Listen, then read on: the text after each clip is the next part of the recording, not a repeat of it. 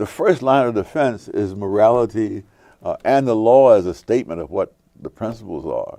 You delegitimize that, and all you've got are the police. There aren't that many police. You could double the number of policemen, and if you destroy the morality, you're not getting anywhere.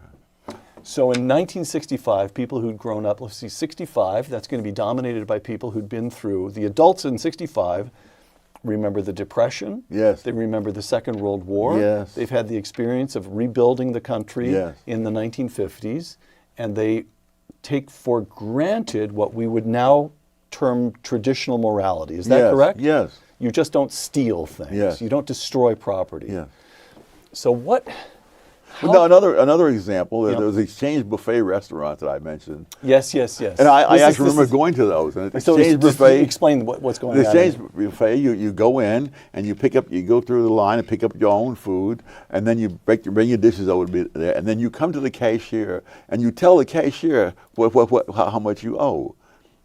And there were 70 some of these restaurants there were a lot of them in New York. Dozens. Dozens. All right. All right, and they lasted for 78 years.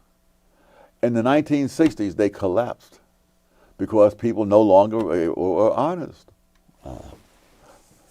All right. In England, it was even more dramatic because they really sort of set the standard for self-controlled societies.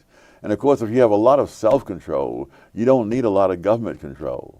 Right. But if you don't have it, the government is not going to be enough by itself. And the government itself is often tainted, as it were, by these same ideas that for example, in London in 1954, there were a grand total of 12 armed robberies in the city of London that year, at a time when anybody could buy a shotgun with no questions asked.